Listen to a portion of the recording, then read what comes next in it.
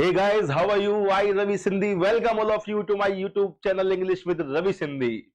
दोस्तों, जैसा कि आप जानते हैं, नॉन फाइनाइट वर्ब जो कि एक बहुत ही इंपॉर्टेंट टॉपिक है, उसका पार्ट फर्स्ट और पार्ट सेकंड दोनों ही मैं पढ़ा चुका हूं।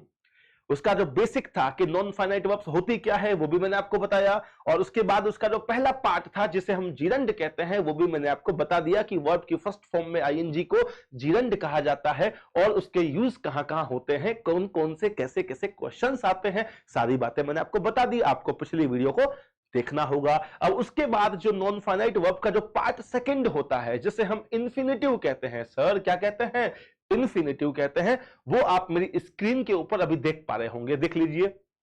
ये देखिए दोस्तों, तो आज जो है मैं नॉन फाइनाइट वर्ब का सेकंड टाइप इंफिनिटिव आपके सामने लेकर आया हूं। इस पूरे सेशन के दौरान हम कंप्लीट इंफिनिटिव को पढ़ लेंगे, इसका एक एक रूल हम पढ़ लेंगे। ये बहुत ही लंबी क्लास चलने वाली है दोस्तों, पूरी वीडियो को देखना ताकि आपका कोई भी डाउट नहीं बचे, सब कुछ क्लियर हो जाए। हर रूल के बाद बहुत ही अच्छी तरीके से एग्जाम्पल्स को सेट किया गया है, आपको बहुत ही आसानी होगी, आपको हल्की सी भी डिफिकल्टी जो है वो फील नहीं होगी और अच्छे से आप इस टॉपिक को समझ पाएंगे दोस्तों। तो इधर देख लीजिए, नॉन फाइनाइट वर्ब का पार्ट सेकंड इंफिनिटिव में स्टार्ट करने वाला हूं। और दोस्तों सबसे इंपॉर्टेंट बात कि जिन बच्चों ने, जिन स्टूडेंट्स ने मेरा ये चैनल सब्सक्राइब नहीं किया है वो प्लीज सब्सक्राइब करें। और अगर आपको मेरी वीडियोस पसंद है, अगर आप मुझे इंकरेज करना चाहते हैं कि सर आपकी वीडियो अच्छी है और लोगों तक जानी चाहिए, और तो फिर आप जो है मेरे चैनल को लाइक और शेयर करना ना भूलिएगा दोस्तों। ठीक है, आइए नॉन फाइनाइट वर्ब का पार्ट सेकंड इंफिनिटिव्स हम देखते हैं। कुछ बचा ही नहीं सर, कंप्लीट खत्म कर देंगे इस टॉपिक को, खत्म। आज देखिए, इधर देखिए, इंफिनिटिव होती क्या है सर? दोस्तों, infinitives are nouns with certain qualities of a verb that is either in the form of to verb की फर्स्ट फॉर्म और वर्ब की फर्स्ट फॉर्म। इंफिनिटिव क्या होती है? अरे दोस्तों, किसी वर्ब को अगर आपको नाउन का काम करवाना है ना, किसी वर्ब को नाउन में कन्वर्ट करना है ना, तो दो तरीके होते हैं। या तो उस वर्ब में आप आईएनजी लगा दीजिए तो वो जीरंड बन जाती है, नाउन का काम करने लग जाती है, और या फिर आप उस वर्ब से पहले टू लगा दीजिए। अगर वर्ब से पहले आप टू लगाते हैं ना दोस्तों तो उसे इंफिनिटिव कहा जाता है। बोलिए क्या कहा जाता है? इंफिनिटिव। और याद रखना कि अगर आप केवल वर्ब की फर्स्ट फॉर्म का प्रयोग करते हैं तो उसे बेयर इंफिनिटिव कहा जाता है। तो याद रखना कि दोस्तों की वर्ब की फर्स्ट फॉर्म से पहले टू आ जाए तो उसे बोलते हैं टू इंफिनिटिव, और वर्ब की खाली फर्स्ट फॉर्म हो तो उसे बोलते हैं बेयर इंफिनिटिव, जिसे हम प्लेन इंफिनिटिव भी कहते हैं। क्या कहते हैं? Plain infinitive.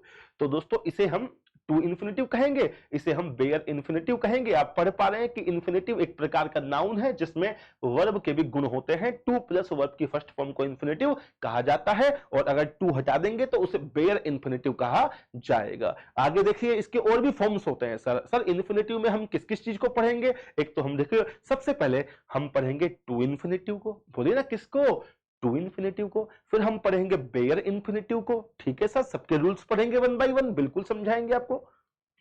और भी फॉर्म्स होते हैं इसके, जैसे टू इंफिनिटिव, ये तो पढ़ ही लिया कि टू प्लस वर्ब की फर्स्ट फॉर्म, ये इसका एक्टिव फॉर्म है। याद रखिएगा दोस्तों कि टू प्लस वर्ब की फर्स्ट फॉर्म कौन सा फॉर्म है? एक्टिव फॉर्म है। इसका पैसिव फॉर्म क्या होगा? To be plus V third.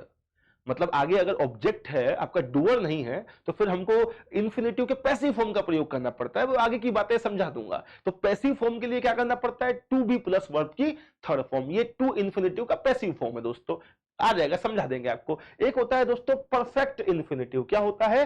Perfect infinitive बहुत ही इंपॉर्टेंट है। 99% बच्चे जो है कंफ्यूज होते हैं, उनको पता ही नहीं है कि परफेक्ट इंफिनिटिव होती क्या है।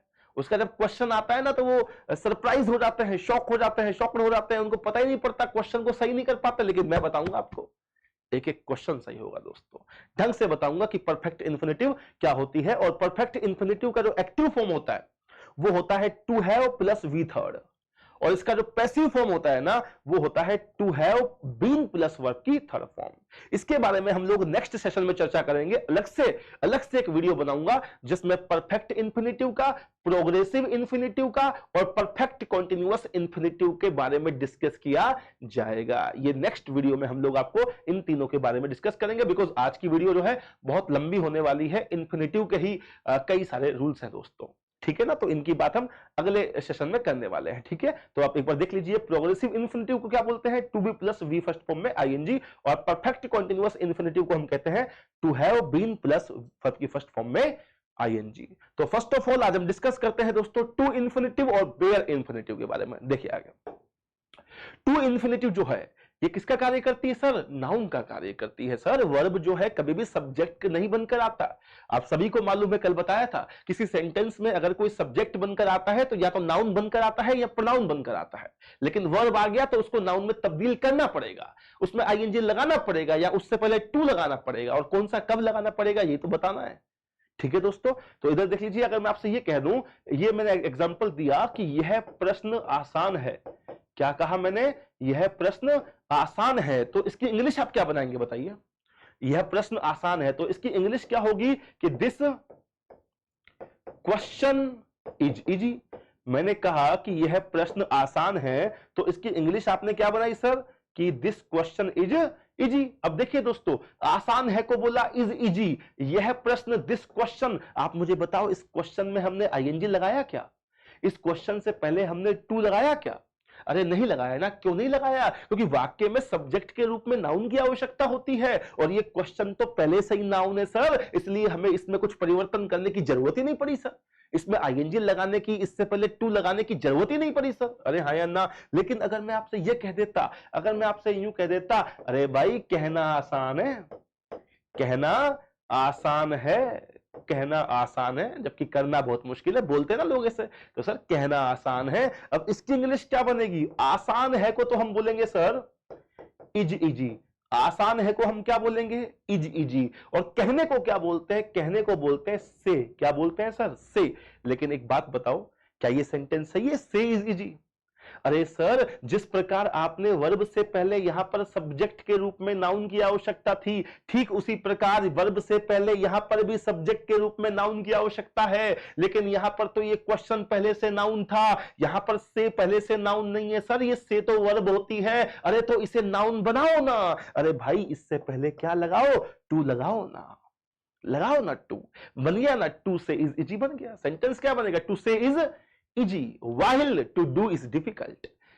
समझ गए कि कहना आसान है जबकि करना बहुत कठिन है। अरे यस या नो? तो टू से इज इजी। कहते हैं किसी की गलतियां ढूंढना बहुत आसान है, तो क्या बोलेंगे? Find fault is easy? No sir, to find fault is easy sir. To find fault is very easy. Verb को सब्जेक्ट बनाने के लिए पहले नाउन बनाना पड़ेगा, और नाउन बनाने के लिए उस वर्ब की फर्स्ट फॉर्म से पहले टू लगाना पड़ेगा दोस्तों। ठीक है दोस्तों, मैं आपसे कह दूं, देखिए इधर और एग्जांपल आपको देता हूं। देखो, देखिए, to err is human. To err is human की गलतियां करना मनुष्य का स्वाभाविक गुण है। तो दोस्तों एयर क्या है? वर्ब है, वर्ब। लेकिन हमको दोस्तों सब्जेक्ट चाहिए, तो सब्जेक्ट बनाने के लिए नाउन बनाना पड़ेगा, तो इसलिए इससे पहले क्या लगा दिया? टू लगा दिया। आपने देखा होगा ना, ये लिखा होता है कई जगह, ये लाइन लिखी होती है, टू एयर इज ह्यूमन, की गलतियां करना मनुष्य का स्वाभाविक गुण है। तो टू एयर आएगा ना कि एयर आएगा। ठीक है दोस्तों, नेक्स्ट देखिए, to respect women is our है ये दोस्तों, सॉरी ये मिसप्रिंट हुआ है, अवर। कि to respect women is our moral duty. कि टू रेस्पेक्ट वुमेन, महिलाओं का सम्मान करना हमारी नैतिक जिम्मेदारी है। महिलाएं नैतिक जिम्मेदारी नहीं है, महिलाओं का सम्मान करना नैतिक जिम्मेदारी है। और सम्मान करने को रेस्पेक्ट बोलते हैं सर, लेकिन रेस्पेक्ट चूंकि एक वर्ब है, अर्थात वर्ब कोई सब्जेक्ट नहीं बन सकती, तो इस वर्ब से पहले क्या लगा दिया? टू लगा दिया सर, कि to respect women is our moral duty. समझे? अब कई बच्चे मालूम है क्या करेंगे? वो सोचेंगे, जिनको नहीं पता ना कि ये टू इन्फिनिटिव भी नाउन का काम करती है, ये भी वाक्य का सब्जेक्ट बनकर आती है, वो पता क्या करेंगे? वो सोचेंगे कि वुमेन लिखा हुआ है, वुमेन, वुमेन तो प्लूरल सब्जेक्ट है, वुमेन कैसा सब्जेक्ट है? प्लूरल। और वो इज की जगह क्या लगा देंगे? आर लगा देंगे, जबकि उनको ये नहीं पता कि सब्जेक्ट कौन है हमारा? टू रेस्पेक्ट सब्जेक्ट है, ना कि वुमेन सब्जेक्ट है। महिलाएं जिम्मेदारी नहीं है, महिलाओं का सम्मान करना जिम्मेदारी। समझ गए? और देखिए कि to teach the students like you is an honour for me. कि तुम्हारे जैसे विद्यार्थियों को पढ़ाना, तुम्हारे जैसे विद्यार्थियों को पढ़ाना मेरे लिए सम्मान की बात है। तो तुम्हारे जैसे विद्यार्थी नहीं है सम्मान की बात, तुम्हारे जैसे विद्यार्थियों को पढ़ाना सम्मान की बात है। और पढ़ाना एक वर्ब होती है जिसे इंग्लिश में टीच कहते हैं, लेकिन हमको तो सब्जेक्ट के रूप में नाउन चाहिए ना सर, तो इसे टीच से पहले क्या लगा दो? टू लगा दो। टीच द स्टूडेंट्स नहीं कह सकते, क्या कहेंगे? To teach the students, to teach the students कहेंगे। समझ गए दोस्तों आप मेरी बात? तो नेक्स्ट देखिए, टू इन्फिनिटिव, जैसा कि आप सभी जानते हैं कि मैंने जिरेंड में भी कहा था कि जिरेंड वर्ब नाउन का काम करती है, तो उसका प्रयोग सब्जेक्ट, ऑब्जेक्ट और कॉम्प्लीमेंट के रूप में होता है। तो ठीक उसी प्रकार टू इन्फिनेटिव का प्रयोग जब नाउन के रूप में होता है तो जाहिर सी बात है उसका प्रयोग भी सब्जेक्ट, ऑब्जेक्ट, कॉम्प्लीमेंट तीनों ही फॉर्म्स में हो सकता है। एग्जाम्पल देख लीजिए, जैसे to find fault is easy, गलती ढूंढना बहुत आसान है। तो टू फाइंड यहां पर क्या बनकर के आया है सर? सब्जेक्ट बनकर के आया है। समझ गए? टू इन्फिनेटिव यहां पर सब्जेक्ट का काम कर रही है और इसके अकॉर्डिंग ये वर्ब आएगी। ठीक है दोस्तों? हाँ, अगर ये दो बार ऐसा होता सर कि to say and to do is quite different, अगर ऐसा होता सर कि कहना और करना अलग अलग बातें हैं, तो दोस्तों एक तो सब्जेक्ट हो गया अपना टू से और एंड के बाद एक हो गया टू डू, तो एक हो गया टू से, एक हो गया टू डू, एक हो गया राम, एक हो गया शाम, और राम एंड शाम के लिए इज नहीं आता है, बताइए क्या आता है? आर आता है। समझे? तो मैं तो चाहता हूं कि आप इन्फिनेटिव को, जिरंड को भी ऐसे ट्रीट करें जैसे राम और शाम को करते हो।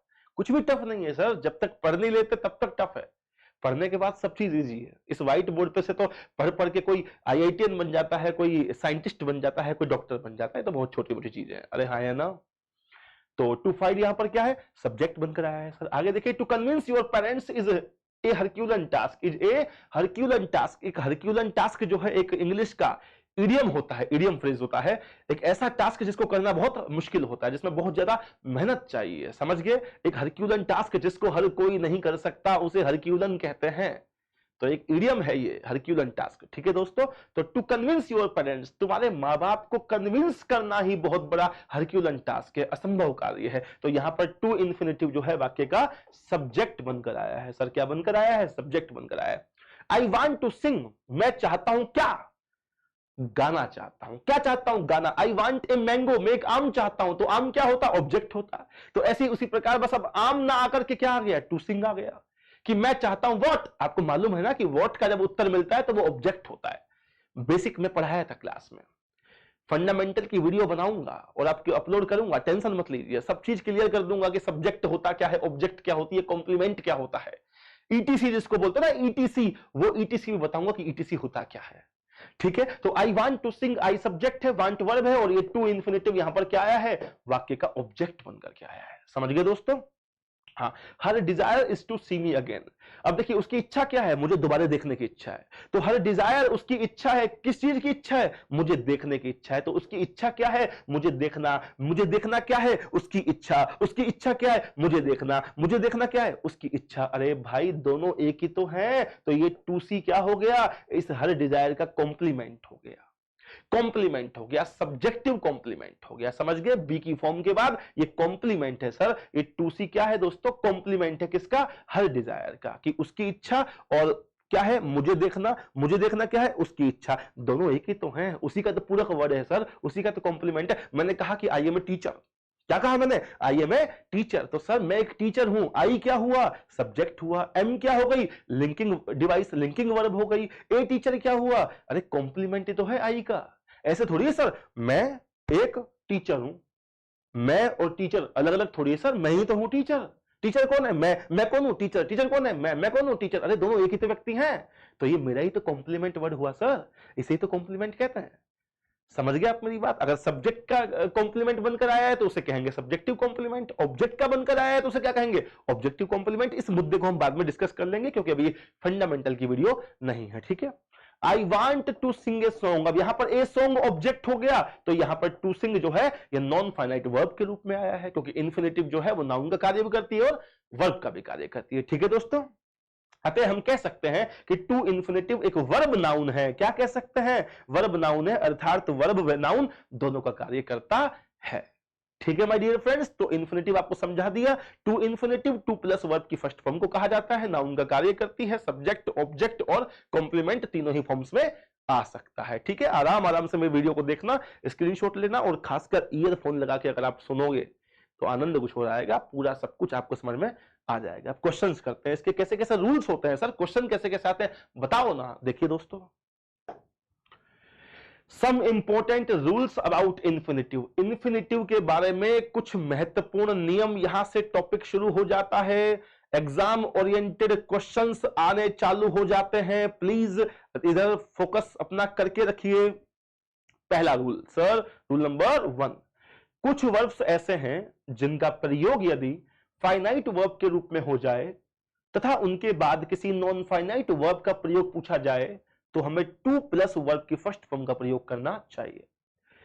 दोस्तों कुछ वर्ब्स ऐसे हैं, सर कैसे हैं? अरे ऐसे हैं, कुछ वर्ब्स ऐसे हैं सर जिनका प्रयोग यदि किसके रूप में हो जाए, फाइनाइट वर्ब के रूप में हो जाए। अब ये मत कहना कि फाइनाइट वर्ब क्या होती है, आपको मेरी पहली वीडियो नॉन फाइनाइट बेसिक देखना पड़ेगा। वैसे फिर भी मैं बता देता हूं, तरस आ जाता है मुझे आपके ऊपर कि फाइनाइट वर्ब क्या होती है, जो सब्जेक्ट और टेंस से प्रभावित होती है और इंग्लिश के सेंटेंस में कहां पर आती है, सब्जेक्ट या फिर हेल्पिंग वर्ब के बाद आती है। तो दोस्तों फाइनाइट वर्ब्स के रूप में कुछ वर्ब्स ऐसे हैं जिनका प्रयोग यदि फाइनाइट वर्ब के रूप में हो जाए अर्थात सब्जेक्ट के बाद हो जाए तथा उनके बाद अगर किसी नॉन फाइनाइट वर्ब का प्रयोग पूछा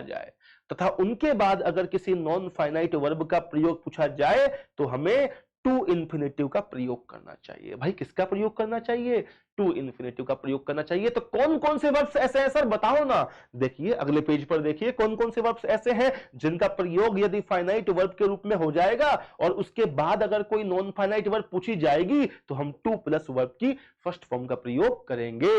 सर देखिए ना कौन कौन सी है, ये देखिए इन सब वर्ब्स को आपको याद करना है, ध्यान देना। You have to recall all these verbs if you want to become an instructor. ठीक है दोस्तों, देखिए कौन कौन सी वर्ब्स है सर।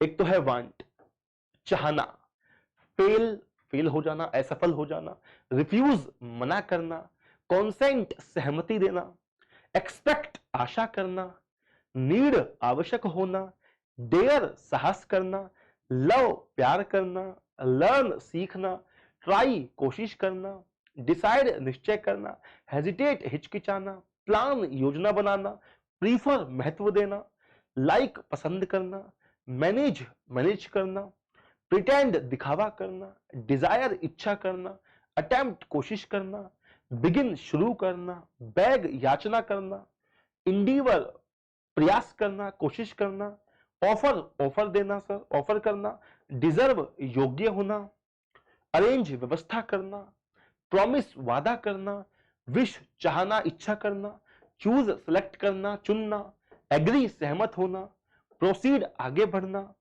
इंटेंड इरादा करना, अटेम्प्ट कोशिश करना, क्लेम दावा करना, इनवाइट आमंत्रित करना, फॉरगेट भूलना, होप आशा करना, कंटिन्यू जारी रखना, अफोर्ड करना प्रयास करना, बॉदर करना दोस्तों मतलब क्या होता है, किसी को प्रेशराइज करना होता है, केयर देखभाल करना, और अपीयर मींस क्या होता है, बताइए, प्रतीत होना होता है, प्रतीत होना। तो इन सब के बाद जो है दोस्तों टू इन्फिनेटिव का प्रयोग होता है, आप ये बात ध्यान रखें।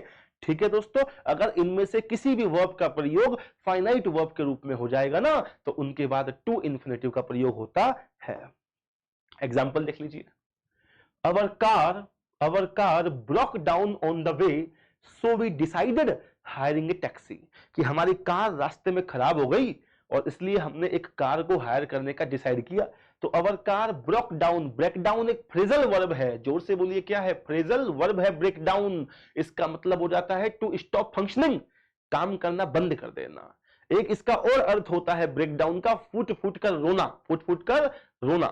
सेंटेंस पे डिपेंड करता है। मान लीजिए मैं कह दूं कि ये पंखा ब्रेक डाउन हो गया तो जाहिर सी बात है कि ये पंखा खराब हो गया, समझ गए। और मैं कह दूं आपसे कि मुन्नी जो है, मुन्नी वो भाषण देते समय ब्रेक डाउन हो गई, तो मुन्नी जो है एक लड़की का नाम है, वो भाषण देते समय ब्रेक डाउन हो गई, तो इसका मतलब क्या मुन्नी खराब हो गई?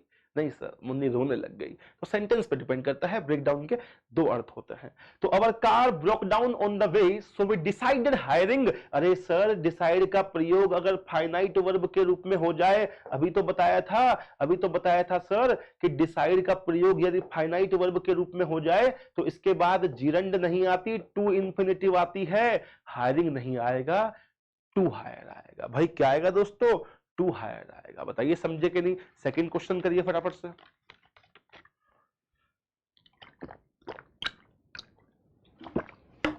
Second question, my sister wants becoming an IAS। मेरी सिस्टर IAS ऑफिसर बनना चाहती है। ये क्या लिखा हुआ है, वांट लिखा हुआ है। वांट के बाद कैसी वर्ब आती है, टू इन्फिनेटिव आती है। तो बिकमिंग आएगा क्या, बिल्कुल नहीं आएगा। क्या आएगा सर, टू बिकम आएगा।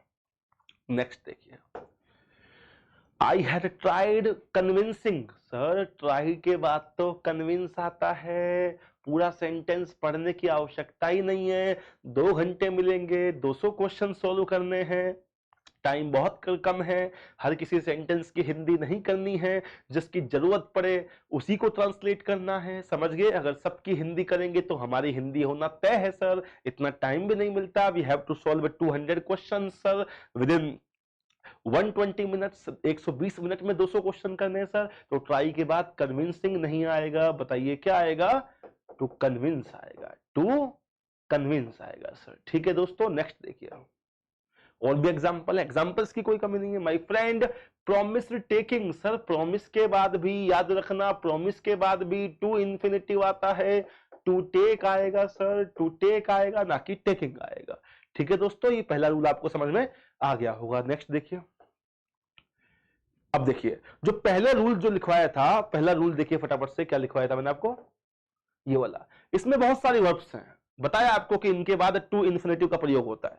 दोस्तों इनमें से 2 वर्ब ऐसी हैं जिनके बारे में मैं अलग से डिस्कस करूंगा। क्या क्या है, कौन कौन सी हैं, एक तो क्या है नीड और एक है सर डेयर। इनके बारे में अभी हम लोग डिस्कस करेंगे कि ये क्या क्या हो सकती हैं। देखो इधर ये क्या लिखा हुआ है, नीड और डेयर। दोस्तों आपको बताया था कि मॉडल जो होते हैं ना, मॉडल ऑक्सिलरीज 13 होते हैं, और 13 में से दोस्तों 3 मॉडल्स ऐसे होते हैं, 13 में से 3 मॉडल्स ऐसे होते हैं सर जिन्हें हम कहते हैं मार्जिनल मॉडल। सर बताओ ना क्या कहते हैं, जिन्हें हम क्या कहते हैं, मार्जिनल मॉडल्स कहते हैं, मार्जिनल मॉडल्स कहते हैं सर। 3 मॉडल्स ऐसे होते हैं, कौन कौन से होते हैं, एक तो होता है यूज्ड टू, एक होता है नीड और एक होता है डेयर। ये 3 मॉडल्स ऐसे होते हैं जिनको मार्जिनल मॉडल्स कहा जाता है, क्योंकि इनका प्रयोग मॉडल के रूप में तो होता ही है, साथ ही साथ किसी और फॉर्म में भी होता है। जैसे कि आपको जिरंड के टॉपिक में मैंने आपको बताया था कि यूज्ड टू का प्रयोग जो होता है ये मॉडल के साथ साथ एडजेक्टिव के रूप में भी होता है, और पूरी कहानी इसकी मैंने आपको समझा दी थी, मेरी पिछली वीडियो को आप देख लें। अब बात आती है नीड और डेयर की। किसकी, नीड और डेयर की। दोस्तों याद रखिएगा कि इनका प्रयोग, किनका, नीड और डेयर का प्रयोग जो होता है ना, ये मॉडल के साथ साथ मेन वर्ब के रूप में भी होता है। मॉडल के साथ साथ किसके रूप में होता है, मेन वर्ब के रूप में होता है। ये बात आप ध्यान रखना दोस्तों, ठीक है। अब कैसे होता है, क्वेश्चंस कैसे आते हैं, आप एक बार देखिए क्या लिखा हुआ है। नीड और डेयर ये मार्जिनल मॉडल्स हैं तथा इनका प्रयोग मॉडल के साथ साथ मेन वर्ब के रूप में भी होता है। नीड का अर्थ होता है आवश्यक होना और डेयर का अर्थ होता है साहस करना। ठीक है दोस्तों, कैसे होता है, क्वेश्चंस कैसे आते हैं, देखिए आगे। पॉइंट 1, दोस्तों अगर नीड और डेयर, याद रखना दोस्तों कि नीड और डेयर अगर किसी सेंटेंस में आपको मिल जाए और नीड और डेयर के जस्ट बाद अगर नोट आ जाए, नीड और डेयर के जस्ट बाद, जैसे आगे आप देखो इधर नीड और डेयर, नीड के बाद या डेयर के जस्ट बाद अगर नोट आ जाए ना सेंटेंस में, तो आप समझ जाना कि इनका प्रयोग मॉडल के रूप में हुआ है। भाई किसके रूप में हुआ है, मॉडल के रूप में हुआ है। और इस स्थिति में आप इनके बाद वर्ब की फर्स्ट फॉर्म का प्रयोग करना। क्यों करना, क्योंकि किसी भी मॉडल के बाद वर्ब की फर्स्ट फॉर्म का प्रयोग होता है। तो आपको वहां पर टू इन्फिनेटिव दिया जाएगा, लेकिन आप समझ जाना कि यार नीड और डेयर के बाद नोट आ गया तो इसका मतलब ये मॉडल है, और मॉडल के बाद तो टू इन्फिनेटिव नहीं आती, बेयर इन्फिनेटिव आती है, वर्ब की फर्स्ट फॉर्म आती है। तो I need not to go there, कि मुझे वहां जाने की आवश्यकता नहीं है। तो नीड के बाद क्या लिखा हुआ है, नॉट लिखा हुआ है, तो समझ जाओ कि क्या है, ये मॉडल है। और मॉडल के बाद सर जी गलती ये है कि क्या नहीं आएगा, टू नहीं आएगा, केवल गो आएगा सर। आपको ऐसे एरर दी जाएगी, आप समझ जाना। देखिए यदि नीड तथा डेयर के बाद नॉट आ जाए तो हमें इनका प्रयोग या फिर इनका प्रयोग इंटरोगेटिव सेंटेंस में हो जाए, तो हमें समझ जाना चाहिए कि इनका प्रयोग मॉडल्स के रूप में हुआ है, अतः हमें इनके बाद वर्ब की फर्स्ट फॉर्म का प्रयोग करना चाहिए। आप समझ गए, या तो नीड और डेयर के जस्ट बाद क्या आ जाए, नोट आ जाए, और या फिर इंटरोगेटिव सेंटेंस में आ जाए, मतलब सब्जेक्ट से पहले आ जाए। तो आप समझ जाना कि इनका प्रयोग हुआ है मॉडल के रूप में, और फिर आप इनके बाद वर्ब की फर्स्ट फॉर्म का प्रयोग लगा देना। देखो एग्जांपल देखो, ये देखिए, you need not to come here, तुम्हें यहां आने की आवश्यकता नहीं है। तो देखिए दोस्तों, ये क्या लिखा हुआ है, नीड नॉट लिखा हुआ है, नीड के जस्ट बाद नॉट है। आप समझ जाओ कि ये मॉडल है, और मॉडल के बाद वर्ब की फर्स्ट फॉर्म आती है। सर गलती बी पार्ट में है, टू नहीं आएगा। बताइए क्या नहीं आएगा सर, टू नहीं आएगा, टू नहीं आएगा। ठीक है दोस्तों, अगला देखिए, they need not to ask for money, कि उन्हें पैसे मांगने की आवश्यकता नहीं है। ये भी देखो, नीड के बाद क्या लिखा हुआ है, नॉट लिखा हुआ है। तो समझ गए कि ये मॉडल है, और मॉडल के बाद सर जी केवल वर्ब की फर्स्ट फॉर्म आती है। क्या नहीं आएगा, टू नहीं आएगा। पूरा सेंटेंस पढ़ने की जरूरत ही नहीं है आपको, चंद सेकंड में काम हो गया। बताइए समझे कि नहीं समझे दोस्तों। नेक्स्ट क्वेश्चन करिए, तब तक मैं पानी पीता हूं। नेक्स्ट करिए, करो फटाफट।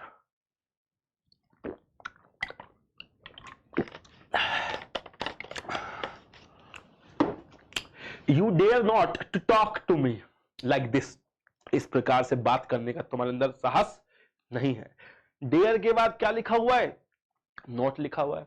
समझ जाओ कि ये मॉडल है, और मॉडल के बाद खाली वर्ब की फर्स्ट फॉर्म आती है। तो क्या आएगा, टॉक आएगा। सर क्या नहीं आएगा, टू नहीं आएगा, टू नहीं आएगा। ये सभी एग्जाम्स के लिए इंपॉर्टेंट है, एसएससी बैंक के लिए तो बहुत ज्यादा इंपॉर्टेंट है। बाकी एग्जाम्स तो आप फुल से कर दोगे, अगर आप बड़ी तैयारी कर लेते हो तो छोटे मोटे एग्जाम तो वैसे क्लियर हो जाते हैं। सर मैं 3 बार गवर्नमेंट जॉब में सिलेक्टेड हूं, लेकिन जिन तीनों में मैं सिलेक्टेड हूं उसकी मैंने मेहनत नहीं की, अलग से कोई मेहनत मैंने नहीं की, मैंने तैयारी एसएससी की सर। समझ गए आप मेरी बात दोस्तों। तो छोटे मोटे एग्जाम्स तो आपके वैसे ही क्लियर हो जाते हैं। बस फर्क कितना है कि एसएससी और बैंक में जो क्वेश्चंस आते हैं ना, वो एरर्स के जरिए आते हैं, स्पॉटिंग एरर्स के जरिए आते हैं।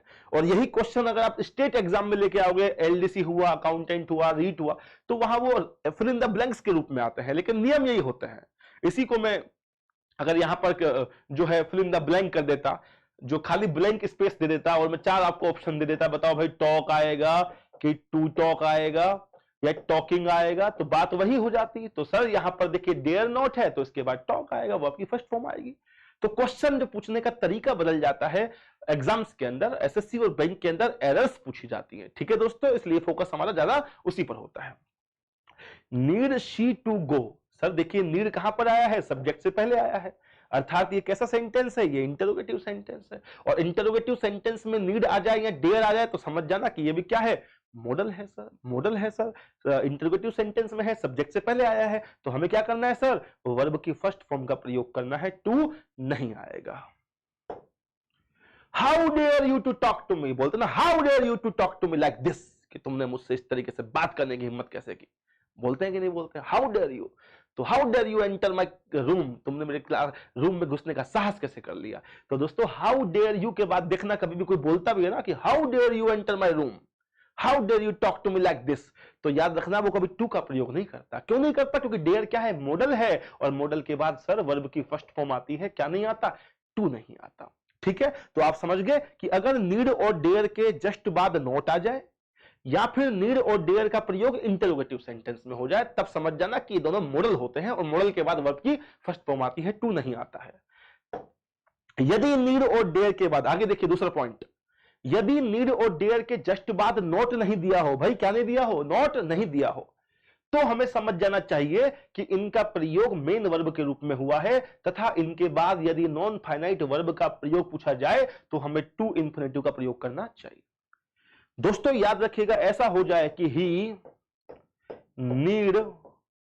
नीड्स टू स्टडी मोर, उसे और अधिक पढ़ने की आवश्यकता है, उसे अभी और पढ़ने की आवश्यकता है। अब देखिए दोस्तों, ये नीड लिखा हुआ है, क्या इस नीड के बाद नॉट है, नहीं है ना, तो समझ जाओ कि ये नीड क्या है, मेन वर्ब है, और यहां पर ये फाइनाइट वर्ब बन करके आया है। और जब ये फाइनाइट वर्ब हो, तब इसके बाद एक और दूसरी वर्ब, जिसे हम नॉन फाइनाइट वर्ब कहते हैं, अगर वो आ जाए तो वो कौन सी फॉर्म में होनी चाहिए, टू प्लस वर्ब की फर्स्ट फॉर्म में होनी चाहिए। तो टू स्टडी आएगा, जो कि दिया हुआ है, अर्थात इस वाक्य में कोई गलती नहीं है। तो यहां पर आपको टू गायब करके एरर दी जाएगी। आप समझ जाना कि भाई नीड के बाद नोट नहीं है, अर्थात ये नीड मेन वर्ब है, फाइनाइट वर्ब है, और इसके बाद सर ने कहा था कि कोई दूसरी वर्ब आ जाए, नॉन फाइनाइट वर्ब आ जाए, तो टू इंफिनिटिव का प्रयोग होता है। तो यहां स्टडी से पहले क्या आएगा सर, टू आएगा। बताइए समझे कि नहीं समझे। तो देखिए एग्जांपल देखिए इसके, तो आप समझ जाओ कि नीड और डेयर के जस्ट बाद अगर नॉट नहीं आए तो समझ जाना कि नीड और डेयर क्या है, फाइनाइट वर्ब है। फिर इस कंडीशन में उनके बाद टू इन्फिनेटिव का प्रयोग कर देना। एग्जांपल देखो, if you want to become an IAS you need study more. अगर तुम आईएएस बनना चाहते हो तुम्हें और पढ़ाई करने की आवश्यकता है। तो यू के बाद क्या लिखा हुआ है, नीड लिखा हुआ है। ये फाइनाइट वर्ब है और ये नॉन फाइनाइट है। आप सभी को मालूम है कि नीड के बाद टू इन्फिनेटिव आती है, अर्थात स्टडी से पहले क्या आएगा, टू आएगा सर। ठीक है दोस्तों, ही डेयर्स अपोज माय फादर। ये डेयर क्या है, यहां पर फाइनाइट वर्ब है। कैसे मालूम, क्योंकि इसके बाद नॉट नहीं है, और जब ये फाइनाइट वर्ब है तो इसके बाद नॉन फाइनाइट वर्ब के रूप में टू इन्फिनेटिव का प्रयोग होगा। अपोज नहीं आएगा सर, टू अपोज आएगा। क्या आएगा भाई, टू अपोज आएगा। रूल नंबर 3 देखिए दोस्तों, रूल नंबर 3, कुछ वर्ब्स ऐसी हैं माय डियर फ्रेंड्स, ये जो वर्ब्स आप देख पा रहे हैं ना, ये ऐसी हैं जिनका प्रयोग यदि फाइनाइट वर्ब के रूप में हो जाए। ये जो वर्ब्स आप देख पा रहे हैं इनका प्रयोग यदि फाइनाइट वर्ब के रूप में हो जाए और फिर इनके बाद अगर कोई नॉन फाइनाइट वर्ब का प्रयोग पूछ लिया जाए तो आप हाउ प्लस टू इन्फिनेटिव का प्रयोग करेंगे। किसका प्रयोग करेंगे, हाउ प्लस टू इन्फिनेटिव का, क्योंकि ऐसे वाक्यों में मैनर या मेथड का बोध होता है। ऐसे वाक्यों में मैनर या मेथड का बोध होता है। सुन लीजिए कि ये जो वर्ब्स आपके सामने आपको दिख रही हैं, अगर इनमें से कोई भी वर्ब आपको सब्जेक्ट के बाद फाइनाइट वर्ब के रूप में दिख जाएगी और इनके बाद कोई और वर्ब आपसे पूछी जाएगी जिसे नॉन फाइनाइट कहते हैं, तो हम टू इन्फिनेटिव का तो प्रयोग करेंगे और उससे पहले क्या लगाएंगे, हाउ भी लगाएंगे। हाउ भी लगाएंगे सर, कैसे, एग्जांपल देखिए, do you know to make the balance sheet. क्या तुम बैलेंस शीट बनाना जानते हो, तो डू यू नो, ये नो आ गया सर। अभी देखो ना, नो लिखा हुआ था, ये know, know, teach, show, explain, learn, wonder, ask. देखो इधर sir, do you know, know finite verb के रूप में आया है और नो के बाद क्या लिखा हुआ है, टू मेक लिखा हुआ है। तो सर टू मेक नहीं आएगा, बताओ क्या आएगा, हाउ टू मेक आएगा। Do you know how to make the balance sheet, क्या तुम जानते हो बैलेंस शीट कैसे बनाते हैं, हाउ टू मेक आएगा सर, हाउ टू मेक। मैं ऐसे नहीं कह सकता माय डियर फ्रेंड्स कि I know to drive a car. मैं ऐसे नहीं कह सकता कि मैं एक कार को ड्राइव करना जानता हूं। अरे मुझे ये कहना पड़ेगा sir, I know how to drive a car. मैं जानता हूं कि कार को कैसे ड्राइव करते हैं। समझ गए। तो ये जो वर्ब्स है ना सर, ये वाली वर्ब्स जो हैं, ये ऐसी वर्ब्स हैं जिनका प्रयोग यदि फाइनाइट वर्ब के रूप में हो जाएगा तो आप उनके बाद हाउ प्लस टू इन्फिनेटिव का प्रयोग करेंगे, ना कि टू इन्फिनेटिव का प्रयोग करेंगे। नेक्स्ट देखिए दोस्तों, नेक्स्ट देखिए, इधर देखिए next, I do not know to drive a car. Sir वही गलती, आई डू नॉट नो लिखा हुआ है, नो के बाद टू ड्राइव नहीं आएगा, हाउ टू ड्राइव आएगा। I do not know how to drive a car. ठीक है, अगला देखिए, our teacher has taught us. Sir teach की सेकंड फॉर्म है टॉट, आपको टीच भी लिखा हुआ है, देखिए लिखा हुआ टीच। टीच के बाद भी हाउ प्लस टू इन्फिनेटिव का प्रयोग होता है। Our teacher has taught us to solve these question. Sir taught us के बाद टू सॉल्व नहीं आएगा, हाउ टू सॉल्व आएगा। Our teacher has taught how to solve आएगा सर, इनके बाद हाउ प्लस टू इन्फिनेटिव का प्रयोग होता है। नेक्स्ट क्वेश्चन देखिए, रूल नंबर 4। दोस्तों ये कुछ एडजेक्टिव्स हैं और adjectives followed by to infinitive. निम्नलिखित एडजेक्टिव्स के बाद भी टू इन्फिनेटिव का प्रयोग होता है। माय डियर फ्रेंड्स, अगर ये वाले जो एडजेक्टिव्स हैं अगर आपको सेंटेंस में दिख जाएंगे और उनके बाद किसी नॉन फाइनाइट वर्ब का प्रयोग पूछा जाएगा तो आपको टू इन्फिनेटिव का प्रयोग करना है। वैसे तो जनरली एडजेक्टिव्स के बाद टू इन्फिनेटिव का ही प्रयोग होता है। ठीक है, और ये एडजेक्टिव्स हाईलाइट किए गए हैं क्योंकि इनके बाद क्वेश्चंस इनके संबंधित आते रहते हैं। दोस्तों कौन कौन से एडजेक्टिव्स है सर, एक तो इजी है, हार्ड है, डिलाइटेड है, अनेबल है, difficult, possible, horrified, surprised, impossible, ready, pleased, lucky, enough, happy, able, right, glad, fail, angry, wrong, afraid, anxious, fit, stupid. ये जो एडजेक्टिव्स है ना, इनके बाद याद रखना टू इन्फिनेटिव का प्रयोग करना है। ठीक है दोस्तों, इनके मीनिंग्स आपको पता होगा, जनरली नॉर्मल एडजेक्टिव्स हैं ये। आसान होना, कठिन होना, डिलाइटेड खुश होना, अनेबल सक्षम नहीं होना, डिफिकल्ट कठिन, पॉसिबल संभव, हॉरिफाइड भयभीत होना, सरप्राइज्ड आश्चर्यचकित होना, इम्पॉसिबल असंभव होना, रेडी तैयार होना, प्लीज्ड खुश होना, लकी लकी होना, एंड इनफ पर्याप्त होना, हैप्पी खुश होना, एबल समर्थ होना, राइट सही, ग्लैड खुश होना, फेल फेल हो जाना मतलब असफल होना, एंग्री गुस्सा होना, रोंग गलत होना, अफ्रेड भयभीत होना, एंसियस बेचैन होना, फिट फिट होना, और स्टूपिड मतलब स्टूपिड मूर्ख होना। ठीक है दोस्तों, देखिए एग्जांपल देखिए कि नो वन वाज रेडी, पता है हमको क्या देकर? दोस्तों याद रखना कि हमें कभी भी हिंदी के अकॉर्डिंग नहीं चलना।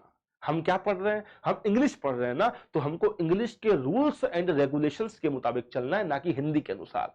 हम इंडियंस हैं और इंग्लिश हमारी मदर टंग नहीं है, इंग्लिश हमारी लैंग्वेज नहीं है, सेकंड लैंग्वेज के रूप में हम इसको पढ़ते हैं। तो जाहिर सी बात है हमें पहली बात तो इंग्लिश आती नहीं है, और आती भी है तो हम क्या करते हैं, हिंदी के अनुसार उसको बनाने की कोशिश करते हैं। वो एक एक वर्ड जो हम हिंदी में बोलते हैं ना, हम सोचते हैं कि एक एक वर्ड को ही इंग्लिश में ट्रांसलेट करें तो ही हमारा सेंटेंस मीनिंगफुल होगा, जबकि ऐसा नहीं है दोस्तों।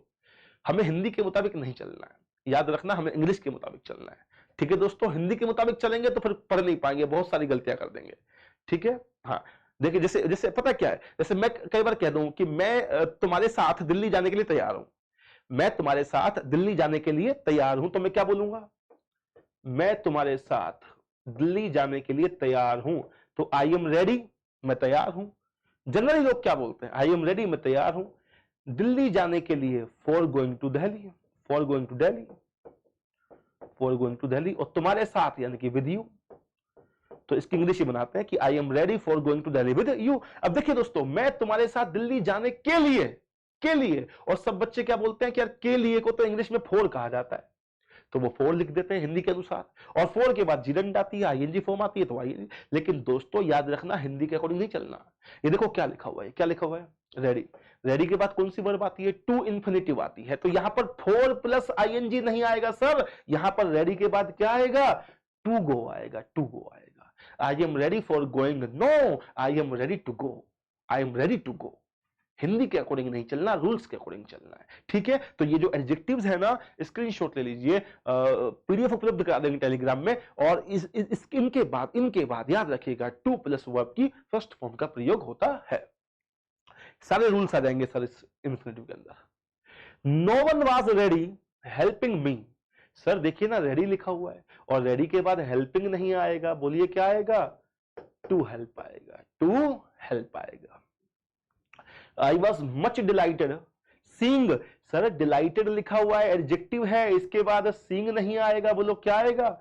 टू सी आएगा। सर टू सी अभी तो बताया आपने।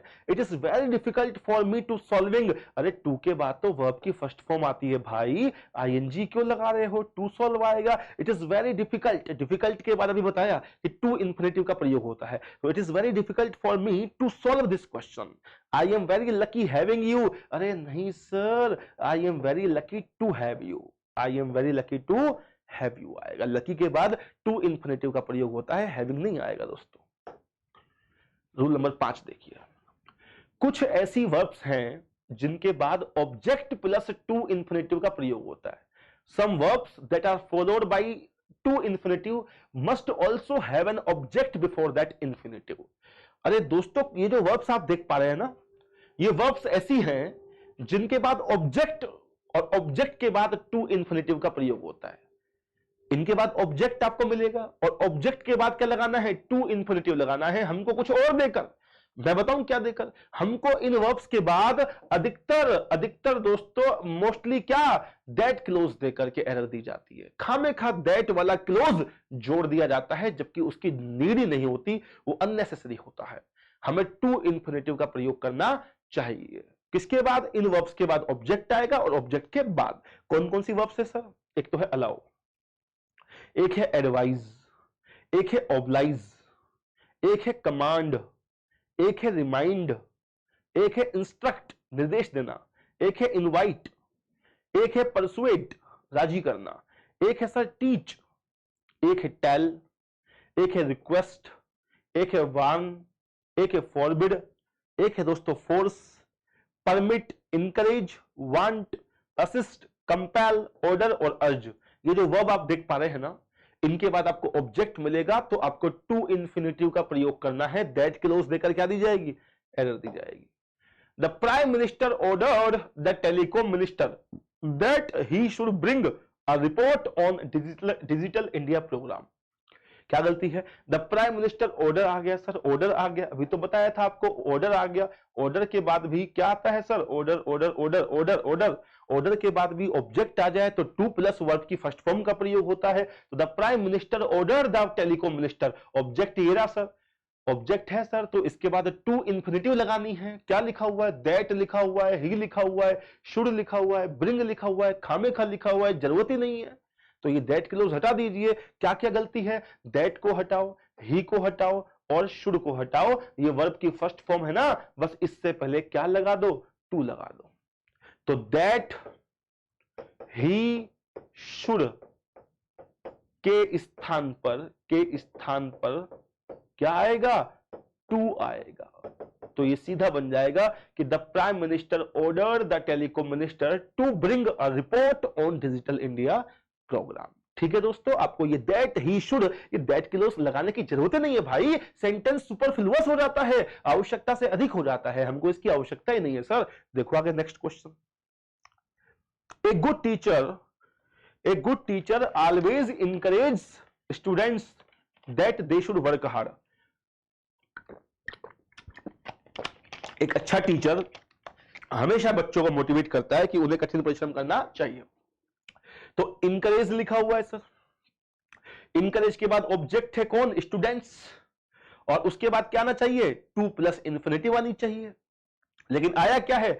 दैट आया है, दे आया है, शुड आया है, और उसके बाद वर्क, वर्ब की फर्स्ट फॉर्म है। तो दैट, दे, शुड की जगह क्या लगा दो? टू लगा दो। तो सीधा बन जाएगा कि एक good teacher always encourage students to work hard.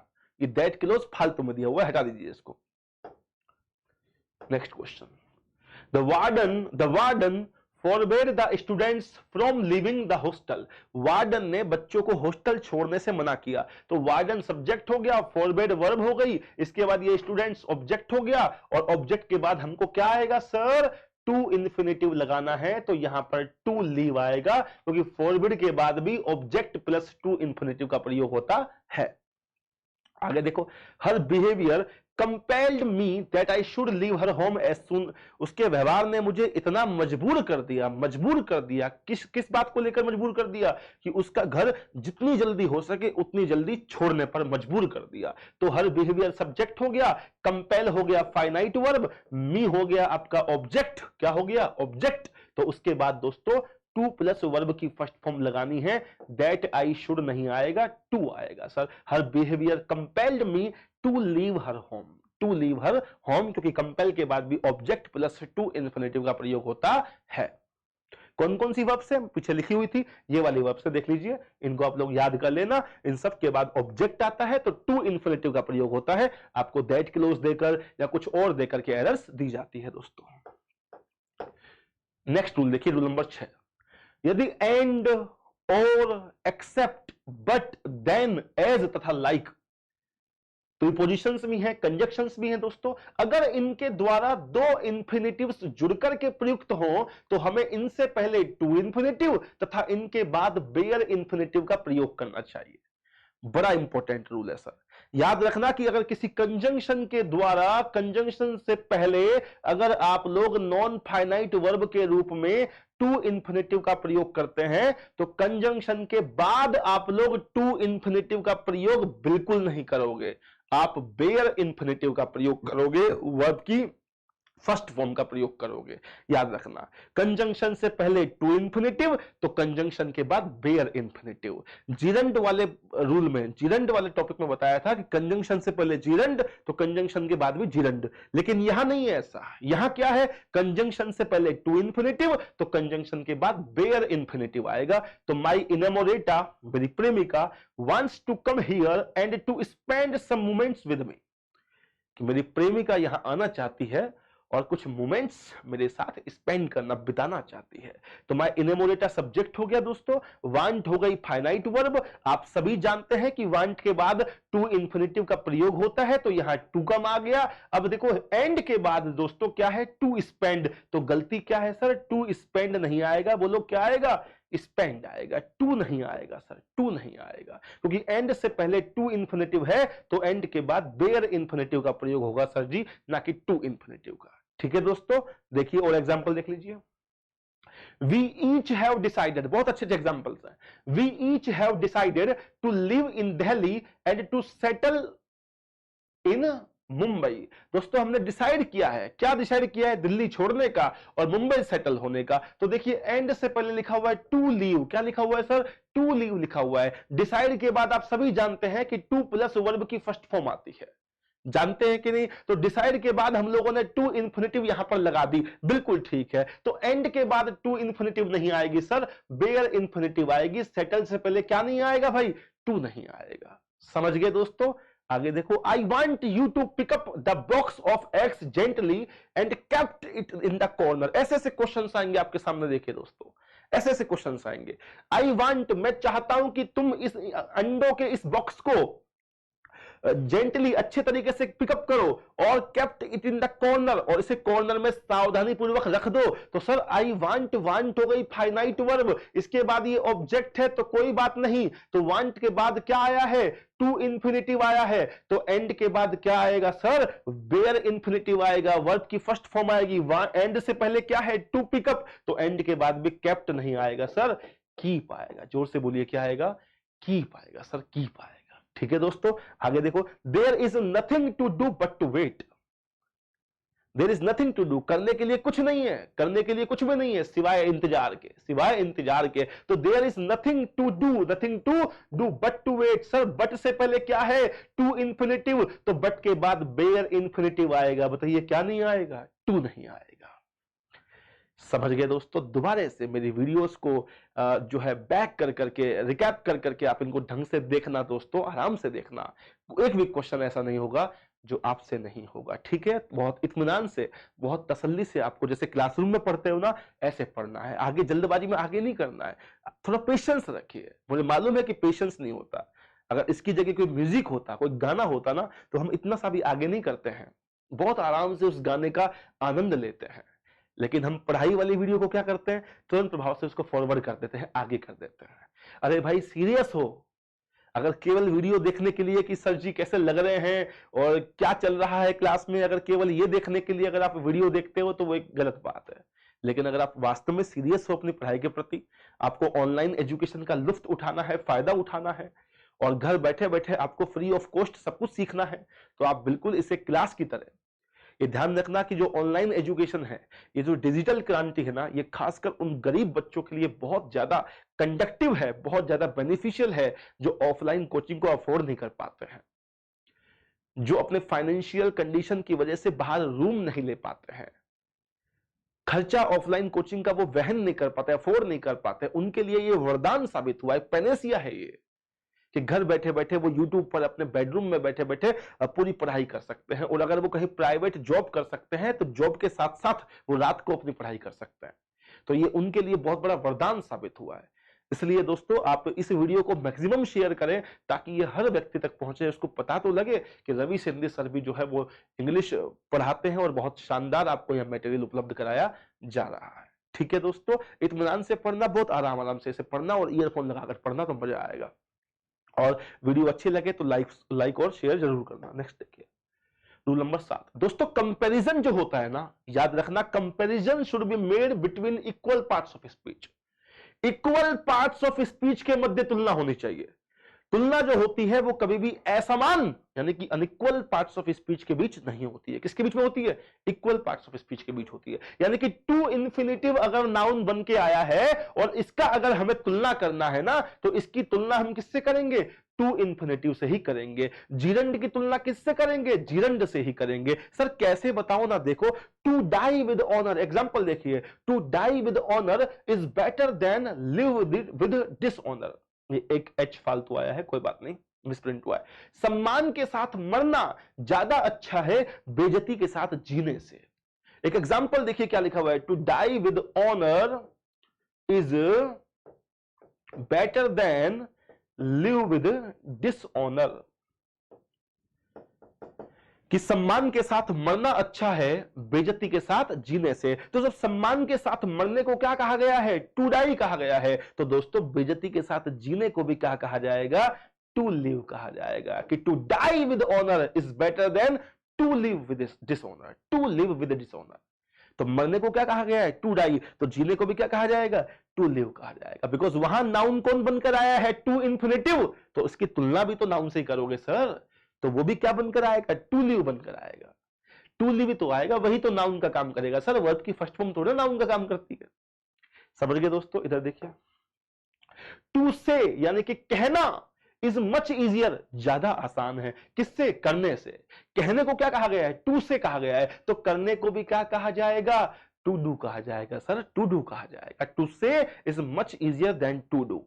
ठीक है, आगे देखो, smoking is more injurious. Smoking ज्यादा हानिकारक है। किससे? ड्रिंक से। अरे सर ड्रिंक नहीं आएगा, ड्रिंकिंग आएगा भाई, ड्रिंकिंग आएगा। जब यहां पर नाउन के रूप में जिरंड का प्रयोग किया गया है तो यहां पर भी किसका प्रयोग करेंगे? जिरंड का ही प्रयोग करेंगे। Because comparison should be made between equal part of speech. बोलिए हाँ या ना? समझ गए आप दोस्तों? नेक्स्ट रूल देखिए, वाई तथा वाई नॉट।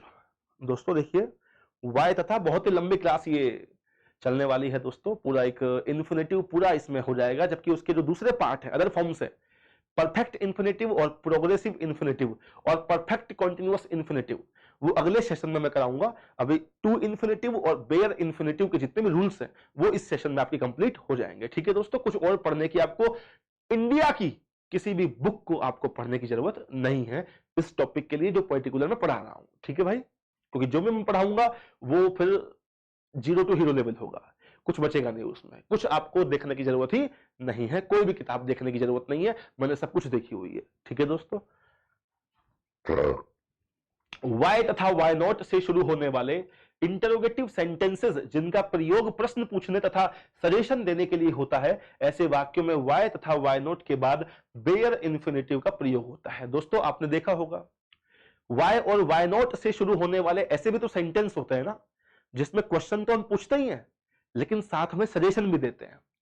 जैसे अगर मैं आपसे पूछूं कि भाई why do you come here, तुम यहां पढ़ने क्यों आते हो, तो इस वाक्य में तो कोई सजेशन में दे ही नहीं रहा, कंप्लीटली एक क्वेश्चन पूछ रहा हूं कि तुम भाई पढ़ने क्यों आते हो। अरे तुम बाजार क्यों जा रहे हो भाई, why are you going to market, why do you come here, तुम यहां क्यों आते हो, why do you eat food, तुम खाना क्यों खाते हो। ये तो क्वेश्चन हो गए, सजेशन है ही नहीं इसमें। तो ऐसे वाक्यों में तो वाई से वाक्य शुरू होगा और उसके बाद हेल्पिंग वर्ब आएगी, बिकॉज ये तो इंटरोगेटिव सेंटेंस है। लेकिन कई सेंटेंस ऐसे होते हैं सर जो वाई और वाई नॉट से शुरू होते हैं, वो इंटरोगेटिव के साथ साथ सजेशन को भी व्यक्त करते हैं। जैसे आप कई बार बोलते हो ना कि गर्मी बहुत ज्यादा है, गर्मी बहुत ज्यादा है, क्यों ना 3 दिन के लिए शिमला चले, क्यों ना 3 दिन के लिए शिमला चले। तो आपने सामने वाले से क्वेश्चन भी पूछ लिया और अपना सुझाव भी दे दिया कि मेरे मन में क्या चल रहा है। अरे हाँ या ना, बोलते हो ना कि गर्मी बहुत ज्यादा है, क्यों ना 3 दिन तक शिमला चले, तो आपने प्रश्न भी पूछ लिया, सुझाव भी दे दिया। अरे क्यों ना किसी दूसरी कोचिंग में डेमो लेके आए, प्रश्न भी पूछ लिया, सुझाव भी दे दिया। क्यों ना रवि सिंधी सर का एक बार डेमो लेके देखें, प्रश्न भी पूछ लिया, सुझाव भी दे दिया। समझ में आया? क्यों ना एक अच्छे डॉक्टर को दिखाया जाए, तो ये क्या हो गया, आपने प्रश्न भी पूछ लिया, सुझाव भी दे दिया। तो ऐसे वाक्य शुरू किससे होते हैं? वाई और वाई नॉट से शुरू होते हैं, और ऐसे वाक्यों में वाई और वाई नॉट के जस्ट बाद मेन वर्ब का प्रयोग होता है। याद रखना, हेल्पिंग वर्ब का प्रयोग नहीं होता। और याद रखना दोस्तों कि हमें ऐसे वाक्यों में बेयर इन्फिनेटिव का प्रयोग करना पड़ता है, वर्ब की फर्स्ट फॉर्म का प्रयोग करना पड़ता है। व्हाई टू पे मोर फी एट अदर इंस्टीट्यूशंस, कि दूसरी संस्थाओं में ज्यादा फीस क्यों जमा कराई जाए। तो सर वाई के बाद गलती क्या है? अरे टू नहीं आएगा भाई, सीधा क्या आएगा? पे आएगा, सीधा पे आएगा। सर समझे आप मेरी बात? बहुत इंपॉर्टेंट रूल्स आपको बता रहा हूं दोस्तों। Why not to spend a day in Shimla, क्यों ना एक दिन शिमला में बिताया जाए। तो why not के बाद भी सर क्या गलती है? टू नहीं आएगा, सीधा spend आएगा। Why not to go to a dentist if all your teeth are decaying rapidly, क्यों ना एक अच्छे डेंटिस्ट के पास चलें क्योंकि तुम्हारे दांत दिन पे दिन सड़ते जा रहे हैं। तो क्यों ना एक अच्छे डेंटिस्ट के पास जाया जाए। तो why not के बाद यहां पर to go नहीं आएगा सर, बेयर इन्फिनिटिव आएगी, खाली go आएगा। समझ में आया आपको? नेक्स्ट देखिए rule number 9, some other phrases that are followed by bare infinitive. दोस्तों हैड बेटर, इन्हें इडियोमेटिक मॉडल्स भी कहा जाता है। हैड बेटर है, हैड सूनर है, हैड रादर है, वुड बेटर है, वुड रादर है, वुड सूनर है। इन सब के बाद याद रखना बेयर इन्फिनेटिव का प्रयोग होता है, वर्ब की फर्स्ट फॉर्म का प्रयोग होता है। और चूंकि ये मॉडल्स जो है, ये इडियोमेटिक मॉडल्स या ये फ्रेजेस कह सकते हैं, ये कंपैरेटिव डिग्री के एडजेक्टिव से बनती है। तो ऐसे वाक्यों में दोस्तों आगे चलकर अगर देन आता है, क्या आता है, THAN, अगर कंपैरिजन होता है वाक्य में और आगे चलकर अगर देन आता है ना, तो देन के बाद भी वर्ब की फर्स्ट फॉर्म लगानी है, इनके बाद भी वर्ब की फर्स्ट फॉर्म लगानी है, बेयर इन्फिनेटिव लगानी है। आपको कोई और फॉर्म देकर क्या दी जाएगी, एरर दी जाएगी। तो इनके जस्ट बाद वर्ब की फर्स्ट फॉर्म आती है किस किस के बाद, had better, had sooner, had rather, would better, would rather, would sooner. इनके बाद वर्ब की फर्स्ट फॉर्म बेयर इन्फिनेटिव। और अगर उन वाक्यों में देन आता है तो देन के बाद भी वर्ब की फर्स्ट फॉर्म आती है। You had better left the meeting and come to see me as soon as possible. You had better left sir, had better लिखा हुआ है, इसके बाद लेफ्ट नहीं आएगा, वर्ब की फर्स्ट फॉर्म आएगी, लीव आएगा। क्या आएगा सर, लीव आएगा। नेक्स्ट देखिए, यदि इन सेंटेंसेस में, हैड बेटर वाले में, वुड बेटर वाले में, यदि इन सेंटेंसेस में देन का प्रयोग हो जाए तो देन के बाद भी बेयर इन्फिनेटिव का ही प्रयोग होता है। ध्यान रखना, you had better try it once again than to give up and go away for ever. कि अच्छा होता अगर तुम इसे एक बार और ट्राई करते, क्विट करने की बजाय, छोड़ के जाने की बजाय इसे एक बार और ट्राई करते तो अच्छा होता। तो दोस्तों ये क्या लिखा हुआ है, हैड बेटर। हैड बेटर के बाद क्या आएगी, वर्ब की फर्स्ट फॉर्म, बिल्कुल ठीक है यहां तक। तो आगे देखो क्या लिखा हुआ है, देन। तो देन के बाद ये टू गिव लिखा हुआ है सर, अब भी टू नहीं आएगा, खाली क्या आएगा, गिव आएगा सर, खाली गिव आएगा। समझे। when I do told him to beg, when I do told him to beg, इसमें do जो है शायद ये मिसप्रिंट है। when I told him to beg, जब मैंने उसे भीख मांगने के लिए कहा, he said that he would rather die than to beg। तो would rather के बाद जो है वर्ब की फर्स्ट फॉर्म है, और फिर then के बाद भी यहां पर वर्ब की फर्स्ट फॉर्म आएगी, to नहीं आएगा, खाली beg आएगा। ठीक है दोस्तों, नेक्स्ट देखिए, रूल नंबर 10 देखिए, बट और एक्सेप्ट से पहले डू डस डिड का प्रयोग मेन वर्ब के रूप में हो तो बट और एक्सेप्ट के बाद बेयर इन्फिनेटिव का प्रयोग होता है। दोस्तों ध्यान रखना कि अगर सेंटेंस में बट या एक्सेप्ट का प्रयोग हुआ है दो सेंटेंस को जोड़ने के लिए, और बट और एक्सेप्ट से पहले डू डज डिड का प्रयोग मेन वर्ब के रूप में हुआ है। भाई किसके रूप में हुआ है, मेन वर्ब के रूप में अगर प्रयोग हुआ है किसका, डू डज या डिड का, किससे पहले, बट और एक्सेप्ट से पहले। तो याद रखना कि बट और एक्सेप्ट के बाद बेयर इन्फिनेटिव यानी कि वर्ब की फर्स्ट फॉर्म का प्रयोग होता है, वर्ब की फर्स्ट फॉर्म का प्रयोग होता है। समझे आप मेरी बात। लेकिन अगर बट और एक्सेप्ट से पहले डू डज डिड के अलावा अन्य कोई मेन वर्ब हो तो फिर बट और एक्सेप्ट के बाद टू इन्फिनेटिव का प्रयोग होता है। तो ये बात आप ध्यान रखें कि डू डज डिड का प्रयोग मेन वर्ब के रूप में होता है किससे पहले, बट और एक्सेप्ट से पहले। तब तो हमें क्या लगाना है, बट और एक्सेप्ट के बाद टू इन्फिनेटिव, बेयर इन्फिनेटिव। लेकिन अगर इससे पहले कोई और मेन वर्ब होती है तो हमें लगानी है to infinitive. He is so rude that he does nothing but to laugh at others all time. कि वो इतना गवार है कि वो कुछ नहीं करता सिवाय दूसरों पर हंसने के। तो he is so rude that he does nothing but, अब देखिए बट से पहले किसका प्रयोग हुआ है, डज का प्रयोग हुआ है। किसके रूप में हुआ है, मेन वर्ब के रूप में। क्योंकि आप देखिए डज यहां पर हेल्पिंग वर्ब नहीं है, हेल्पिंग वर्ब होती तो इसके बाद कोई ना कोई मेन वर्ब होती, ये डज यहां पर खुद मेन वर्ब है। तो बट के बाद दोस्तों टू लाफ नहीं आएगा, बताइए क्या आएगा, बेयर इन्फिनेटिव यानी कि खाली लाफ आएगा, खाली लाफ आएगा, टू नहीं आएगा। टू देकर तो क्वेश्चन में एरर दी जाएगी दोस्तों। ठीक है, नेक्स्ट देखिए, द होल डे, पूरे दिन, शी डिड नथिंग, उसने कुछ नहीं किया सिवाय पढ़ने के। तो बट से पहले क्या है, बट से पहले डिड का प्रयोग हुआ है, किसके रूप में हुआ है, मेन वर्ब के रूप में हुआ है। तो बट के बाद क्या आएगा, टू नहीं आएगा, केवल वर्ब की फर्स्ट फॉर्म आएगी। बताइए समझे कि नहीं समझे दोस्तों। आगे देखो, he does nothing but to watch, same question, but से पहले क्या है सर, डज का प्रयोग होता है, हुआ है किसके रूप में, मेन वर्ब के रूप में। तो बट के बाद क्या नहीं आएगा, टू नहीं आएगा, खाली बेयर इन्फिनेटिव यानी वर्ब की फर्स्ट फॉर्म आएगी। समझ गए दोस्तों। आगे देखिए नेक्स्ट क्या लिखा हुआ है, नोट देखिए उसी क्वेश्चन का उसी नियम का नोट है, अगर बट और एक्सेप्ट से पहले डू डज डिड के अलावा अन्य कोई मेन वर्ब हो, डू डज डिड के अलावा अन्य कोई मेन वर्ब हो तो बट और एक्सेप्ट के बाद फिर आता है टू इंफिनिटिव यानी कि टू प्लस वर्ब की फर्स्ट फॉर्म का प्रयोग होता है अगर अन्य कोई मेन वर्ब हो तो। ही wants nothing but earn money. अब देखिए बट से पहले क्या है सर, वांट है, डू तो नहीं है, डज तो नहीं है, डिड तो नहीं है ना सर, वांट है। तो बट से पहले वांट है तो डू डज डिड तो नहीं है, तो बट के बाद यहां पर अर्न नहीं आएगा। बताओ क्या आएगा, टू अर्न आएगा सर, टू अर्न आएगा। He wants nothing but to earn money. समझ गए आप मेरी बात दोस्तों। तो अगर डू डज डिड होता है तो बेयर इंफिनिटिव और कोई वर्ब होती है यहां पर तो बट और एक्सेप्ट के बाद टू इंफिनिटिव। समझ गए आप मेरी बात। आगे देखिए रूल नंबर 11 दोस्तों, स्पिल्ट इंफिनिटिव का प्रयोग गलत माना जाता है। स्पिल्ट इंफिनिटिव का प्रयोग गलत माना जाता है, अतः हमें टू तथा वर्ब के बीच किसी एडवर्ब का प्रयोग नहीं करना चाहिए। स्पिल्ट इंफिनिटिव क्या होती है, अरे दोस्तों टू प्लस वर्ब की फर्स्ट फॉर्म को आप लोग इंफिनिटिव कहते हैं। अगर टू और वर्ब की फर्स्ट फॉर्म के बीच में कोई और वर्ड आ जाए, कोई एडवर्ब आ जाए, नॉट आ जाए, केयरफुली आ जाए, रेगुलरली आ जाए, थोरोली आ जाए, कोई भी एडवर्ब आ जाए, लेकिन किसके बीच में आ जाए, टू और वर्ब की फर्स्ट फॉर्म के बीच में आ जाए, तो उसे बोलते हैं स्पिल्ट इंफिनिटिव, ब्रोकन इंफिनिटिव, टूटी हुई इंफिनिटिव, जो कि गलत होती है, ग्रामेटिकली इनकरेक्ट होती है। तो अगर टू और वर्ब की फर्स्ट फॉर्म के बीच में कोई एडवर्ब आ जाए तो आप उस एडवर्ब को सेंटेंस के लास्ट में लेकर जाइए। एडवर्ब ऑफ मैनर है तो उसको वर्ब और ऑब्जेक्ट के बाद लेके जाइए, लेकिन आपको बीच में नहीं लगाना है। बीच में देकर क्या दी जाती है, एरर दी जाती है। एक क्वेश्चन आपके सामने ऐसा भी, बोलिए कैसा भी, ऐसा भी, सारे तमाम तरीके बता रहा हूं, कौन कौन से किस किस तरीके से क्वेश्चंस आ सकते हैं इन्फिनिटिव के, वो तमाम तरीके आपको इस वीडियो में बताए जा रहे हैं। इसके अलावा कुछ बचेगा ही नहीं दोस्तों, इन्फिनिटिव खत्म।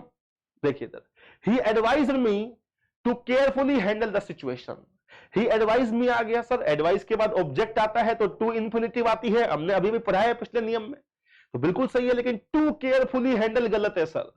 केयरफुली को कहां लेके जाइए सर, हैंडल के बाद, और यहां तो ऑब्जेक्ट है सिचुएशन तो इसके बाद लेके जाइए। तो सही क्या होगा, he advised me to handle the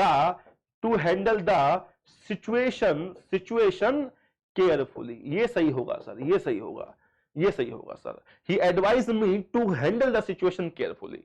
तो एडवर्ब जो है वो टू और वर्ब की फर्स्ट फॉर्म के बीच में नहीं लगना चाहिए, लास्ट में लेके जाइए उसको। ठीक है भाई। आगे देखो, the doctor asked me to regular take medicine. Doctor ने मुझे नियमित रूप से दवा लेने के लिए कहा। तो आस्क मी के बाद to regular take, sir to regular take नहीं आएगा, क्या आएगा, टू टेक मेडिसिन रेगुलरली आएगा। और ये रेगुलर नहीं है, ये रेगुलरली है, ध्यान रखना, थोड़ा सा मिसप्रिंट हुआ है, बिकॉज एडवर्ब भी आनी चाहिए, एडजेक्टिव की आवश्यकता नहीं है ना यहाँ पर। तो the doctor asked me to take medicines regularly आएगा, रेगुलरली आएगा। ठीक है। You are requested to honestly give your opinion. फिर वही वाली बात, टू और गिव के बीच में ऑनेस्टली लगा हुआ है, इस ऑनेस्टली को कहां पर लेके जाओ, लास्ट में लेके जाओ। You are requested to give your opinion honestly, ऐसे सही होगा सेंटेंस। समझे आप मेरी बात। तो split infinitive is grammatically incorrect. Okay. Rule number 12 दोस्तों, ये जो वर्ब्स है ना, verbs which are followed by bare infinitive in active voice की बात कर रहे हैं। ठीक है भाई, ध्यान रखना, पैसिव वॉइस की हम बात पैसिव वॉइस में कर लेंगे। ये जो वर्ब है मेक, वैसे पॉजिटिव वर्ब है, यहां पर बता देंगे, हैव भी पॉजिटिव वर्ब है। पॉजिटिव वर्ब्स का एक अलग से चैप्टर बनाऊंगा और बहुत जल्दी पॉजिटिव वर्ब्स की वीडियो भी आपको मिल जाएगी।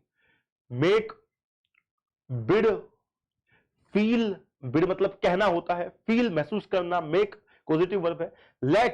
लेट मींस करने देना, कोई काम करने देना। हैव पॉजिटिव वर्ब चाहना है मतलब निकलता है इसका। तो दोस्तों मेक, बिड, फील, लेट और हैव, इनके बाद याद रखना ऑब्जेक्ट आता है ना, तो ऑब्जेक्ट के बाद फिर क्या आती है, बेयर इंफिनिटिव यानी कि वर्ब की फर्स्ट फॉर्म का प्रयोग होता है। ध्यान रखना भाई, बोलो मेक, बिड, फील, लेट और हैव, इनके बाद ऑब्जेक्ट आता है तो ऑब्जेक्ट के बाद वर्ब की फर्स्ट फॉर्म याद रखना। हेल्प के बाद अगर ऑब्जेक्ट आता है तो बेयर इंफिनिटिव भी सही है और टू इंफिनिटिव भी सही है, दोनों ही वर्ब सही है। ठीक है भाई। और नेक्स्ट देखिए, see, hear, feel, smell, smell ये लगे ऑब्जेक्ट, नोटिस, ऑब्जर्व, वॉच और catch. See, hear, feel, smell, notice, observe, watch और कैच, इन वर्ब्स के बाद अगर आपको ऑब्जेक्ट दिखाई दे तो बेयर इंफिनिटिव भी सही है और प्रेजेंट पार्टिसिपल भी सही है, वर्ब की फर्स्ट फॉर्म भी सही है और वर्ब की फर्स्ट फॉर्म में आईएनजी भी सही है। दोबारा से देख लीजिए, मेक, बिड, फील, लेट और हैव, इनके बाद अगर ऑब्जेक्ट आ जाए तो बेयर इंफिनिटिव एकदम सही है। हेल्प के बाद ऑब्जेक्ट आ जाए तो बेयर इंफिनिटिव भी सही है और टू इंफिनिटिव भी सही है। और इन वर्ब्स के बाद अगर ऑब्जेक्ट आ जाए, याद रखना है भाई आपको, ये थोड़ा सा रूल याद रखना है दोस्तों, तो बेयर इंफिनिटिव का भी प्रयोग हो जाता है और प्रेजेंट पार्टिसिपल का भी प्रयोग हो जाता है। जो बातें हैं वो मैं आपको बता रहा हूं दोस्तों। एग्जांपल देखिए, he makes me to laugh, मैंने क्या बताया कि मेक के बाद अगर ऑब्जेक्ट आता है तो बेयर इंफिनिटिव आती है। सर क्या नहीं आएगा? टू नहीं आएगा। ही मेक्स मी लाफ होता है, ही मेक्स मी लाफ, ना कि to laugh. I will not let you to go, sir let के बाद भी ऑब्जेक्ट आता है तो वर्ब की फर्स्ट फॉर्म आती है। Sir I will not let you to go, नहीं सर टू नहीं आएगा, सही क्या होगा? I will not let you go, मैं तुम्हें जाने नहीं दूंगा। I have you to marry miss Puja, मैं चाहता हूं कि तुम मिस पूजा से शादी करो, तो सर हैव के बाद भी ऑब्जेक्ट है, यहां पर ये हैव रखने वाला नहीं है, ये पॉजिटिव वर्ब है, तो यू के बाद यहां सर टू नहीं आएगा, वर्ब की फर्स्ट फॉर्म आएगी। I will help you, I will help you, ये हेल्प लिखा हुआ है, I will help you to become an inspector, तो सर हेल्प के बाद ऑब्जेक्ट है तो टू बिकम भी सही होता है और बिकम भी सही होता है, तो इस सेंटेंस में कोई गलती नहीं है। I saw him, I saw him, I saw him, ये टू मिसप्रिंट है। और I saw him to cross the road, तो सर आई सा के बाद ऑब्जेक्ट है तो यहां पर टू क्रॉस नहीं आएगा, या तो क्रॉस आएगा सर और या फिर क्या आएगा? क्रॉसिंग आएगा। क्रॉसिंग सी के बाद ऑब्जेक्ट होता है तो या तो बेयर इंफिनिटिव आती है या प्रेजेंट पार्टिसिपल आता है। I saw him crossing the road या क्रॉस द रोड। आगे देखिए, I have made all the students to learn how to find grammatical errors, तो ये make क्या है? make पॉजिटिव वर्ब है, make के बाद ये डूअर है और मतलब आप इसको इसका ऑब्जेक्ट कह लीजिए, वैसे ये डूअर होता है। और make के बाद दोस्तों टू नहीं आएगा, केवल वर्ब की फर्स्ट फॉर्म आएगी। ये make वाला सिस्टम पॉजिटिव वर्ब वाला पूरा समझा दूंगा आपको अगली वीडियो के अंदर। He bade me not to go, गलती है सर, टू नहीं आएगा, बेड के बाद ऑब्जेक्ट है तो केवल बेयर इंफिनिटिव आती है, बिड की सेकंड फॉर्म में बेड, अभी बताया आपको मैंने। नेक्स्ट क्वेश्चन देखिए दोस्तों, रूल, नेक्स्ट रूल, पर्पस यानी कि उद्देश्य को व्यक्त करने के लिए टू इंफिनिटिव का प्रयोग होता है, ना कि फोर प्लस आईएनजी का। दोस्तों याद रखना, जिन वर्ब्स के बाद टू इंफिनिटिव आती है वो तो मैंने आपको बता ही दिया, लेकिन टू इंफिनिटिव का प्रयोग भी दोस्तों पर्पस को व्यक्त करने के लिए होता है, उद्देश्य को व्यक्त करने के लिए होता है। जैसे आपने कहा कि मैं कपड़े खरीदने बाजार गया, मैं कपड़े खरीदने के लिए कहां गया? बाजार गया, तो आपने इस वाक्य में दो वर्ब्स का प्रयोग किया, एक तो कपड़े खरीदने और दूसरा गया। तो दोस्तों I went to market, because काम पहले कौन सा होगा? जाने वाला फर्स्ट एक्शन है, तो आई वेंट टू मार्केट, में बाजार गया कपड़े खरीदने के लिए, तो मेरा बाजार जाने का पर्पस क्या है? उद्देश्य क्या है? कपड़े खरीदना। तो इसको ना आप टू इंफिनिटिव के फॉर्म में लिखना, पर्पस को व्यक्त करने के लिए टू इंफिनिटिव का प्रयोग होता है। हम लोग क्या करते हैं सर? हिंदी के अकॉर्डिंग चलते हैं। हम ये सोचते हैं सर कि मैं कपड़े खरीदने के लिए बाजार गया, तो आई वेंट टू मार्केट, मैं बाजार गया, मैं बाजार गया कपड़े खरीदने के लिए, और के लिए को क्या बोलते हैं सब लोग? फॉर बोलते हैं। फॉर के बाद आईएनजी फॉर्म लगाते हैं, और कपड़ों को क्या बोलते हैं? क्लॉथ्स बोलते हैं, कि I went to market for buying clothes. ये गलत है, ये गलत है। पर्पस को, उद्देश्य को व्यक्त करने के लिए टू इंफिनिटिव का प्रयोग होता है, ध्यान रखना आप। तो यहां पर फॉर बाइंग नहीं आएगा, क्या आएगा? टू बाई आएगा, to buy. I went to market to buy clothes आएगा। टू इंफिनिटिव का प्रयोग करते हैं पर्पस, उद्देश्य को व्यक्त करने के लिए। ठीक है दोस्तों, एग्जांपल देखिए, आपको फोर प्लस आईएनजी देकर के क्या दी जाती है?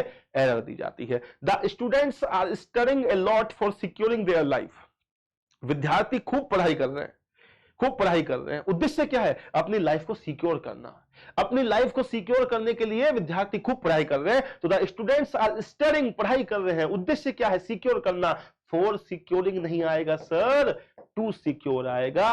नॉन फाइनाइट वर्ब के रूप में टू इंफिनिटिव का प्रयोग करना, अगर नॉन फाइनाइट वर्ब का एक्शन फाइनाइट वर्ब का उद्देश्य हो तो। फाइनाइट वर्ब का उद्देश्य हो तो नॉन फाइनाइट वर्ब के रूप में टू इंफिनिटिव का प्रयोग करना। कि बच्चों का पढ़ाई करने का उद्देश्य क्या है, लाइफ को सिक्योर करना, तो टू सिक्योर आएगा। Sapna dances for earning money, अरे सपना चौधरी डांस करती है, उद्देश्य क्या है, पैसा कमाना, तो यहां पर फॉर अर्निंग नहीं आएगा, बताइए क्या आएगा, टू अर्न आएगा। Sapna dances to earn money, डांस करने का पर्पस है ये, Sapna dances to earn money. Hindi के अकॉर्डिंग मत चलना कि पैसे कमाने के लिए डांस करती है और के लिए को तो फॉर बोलते हैं, नहीं सर ऐसा नहीं। I have worked hard for becoming the best faculty of English, कि मैंने बहुत कठिन परिश्रम किया है इंग्लिश की बेस्ट फैकल्टी बनने के लिए। तो कठिन परिश्रम करने का उद्देश्य क्या है, इंग्लिश की बेस्ट फैकल्टी बनना। तो वर्कड हार्ड ये तो फाइनाइट वर्ब हो गई और ये नॉन फाइनाइट वर्ब है, मेरे परिश्रम करने का उद्देश्य है, तो फॉर बिकमिंग नहीं आएगा सर, टू बिकम आएगा, to become. I have worked hard to become आएगा, ठीक है दोस्तों। और देखिए, mister Sharma sent his son to England for being educated, mister Sharma ने अपने बेटे को इंग्लैंड भेजा, क्यों भेजा, शिक्षित होने के लिए। तो इंग्लैंड भेजने का उद्देश्य क्या था, शिक्षित करना था। तो सेंट ये तो फाइनाइट वर्ब हो गई, भेजना, इसका जो उद्देश्य है वो है शिक्षित होना, और उद्देश्य के लिए टू बी आएगा, टू बी, ना कि फॉर बीइंग आएगा। Mister Sharma sent his son to England to be educated, to be educated, ना कि फॉर बीइंग एजुकेटेड, ठीक है। My mother has gone for seeing my maternal uncle and she will be back within a week, कि मेरी mummy मेरी माताजी से मिलने के लिए गई है। मेरी मम्मी गई है, जाने का उद्देश्य क्या है, मामा जी से मिलना। तो जाने का जो उद्देश्य है, जाना कौन सी वर्ब हो गई, फाइनाइट, और उद्देश्य है मामा से मिलना, तो फॉर सीइंग नहीं आएगा सर, टू सी आएगा। My mother has gone to see my maternal uncle, ना कि फॉर सीइंग आएगा, ठीक है दोस्तों। रूल नंबर 14 देखिए। अब देखिए, उद्देश्य स्पष्ट करना हो, पर्पस स्पष्ट करना हो तो टू इंफिनिटिव का प्रयोग होता है, ना कि फोर प्लस आईएनजी का। और अगर रीजन स्पष्ट करना हो, कारण, उद्देश्य नहीं कारण, रीजन स्पष्ट करना हो तो रीजन के लिए क्या आता है, टू प्लस वर्ब की फर्स्ट फॉर्म नहीं आता, बल्कि फोर प्लस आईएनजी का प्रयोग होता है। She was punished to come late, उसको पनिशमेंट दी गई लेट आने के कारण।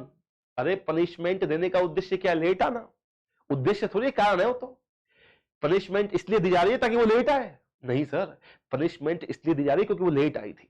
तो पनिशमेंट देने का एक कारण है, पर्पस नहीं है, रीजन है। और रीजन के लिए आता है फोर प्लस आईएनजी, पर्पस के लिए आता है टू प्लस वर्ब की फर्स्ट फॉर्म। तो she was punished to come late, नहीं sir, she was punished for coming late आएगा सर, फॉर कमिंग लेट आएगा। He has been sentenced to jail, उसे जेल भेज दिया गया है, टू किल हिज फ्रेंड, अपने मित्र को मारने के कारण। तो यहां पर टू किल सर उद्देश्य नहीं है जेल भेजने का, कारण है, तो क्या आएगा, फॉर किलिंग आएगा। He has been sentenced to jail for killing his friend, ठीक है दोस्तों। नेक्स्ट देखिए, और ये इस प्रकार रूल नंबर 14 जो है पूरा हो गया। 14 रूल्स जो थे इन्फिनिटिव के वो सारे कंप्लीट करा दिए गए हैं। आई होप कि आप इस वीडियो को जितनी मैंने मेहनत की है उतनी मेहनत आप भी करोगे, और वन बाय वन एक एक स्लाइड को आराम आराम से पढ़कर, उसके एग्जांपल्स को ढंग से पढ़ करके पूरी वीडियो को ढंग से देखोगे और अपने इन्फिनिटिव को ढंग से कंप्लीट कर लोगे, आपको कोई भी दिक्कत नहीं आएगी। इसी उम्मीद के साथ नमस्कार, फिर नेक्स्ट वीडियो में आपको एक नया टॉपिक पढ़ाएंगे दोस्तों, धन्यवाद।